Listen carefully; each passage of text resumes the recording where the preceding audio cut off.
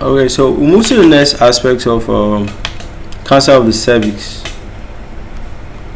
So for the next aspect of cancer of the cervix, we are looking at the risk factors. So risk factors is more of like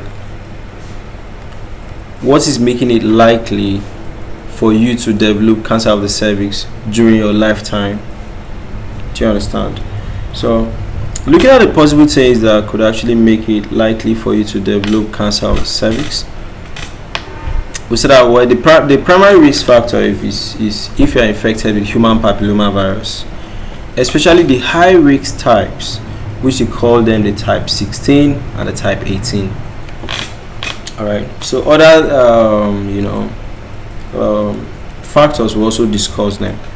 So for biological and viral factors is if you have been infected with human papillomavirus, especially the high risk type, that's the type 16 and type 18. You understand?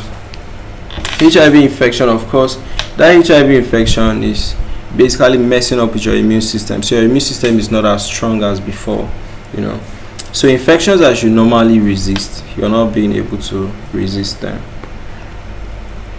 Then behavioral and lifestyle factors like, okay, you started having sex so early on in life, okay, you might be exposed to this human papillomavirus at the time that you are basically so vulnerable to it, Then multiple sexual partners, okay, so if you're having sex with a lot of people, there's a risk. Smoking, okay, basically impairs the immune system.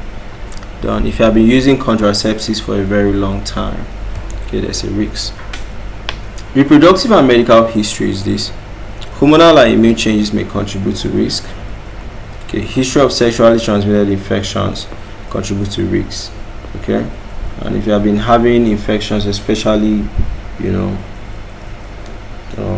what do they call it? Especially infections from herpes simplex or chlamydia could all cause a risk. So socioeconomic and access factors is if you have limited access to the vaccine, that means you have limited access to good, healthcare. Okay, there's a risk. Okay, poor access to screenings and treatments, there's also a risk there.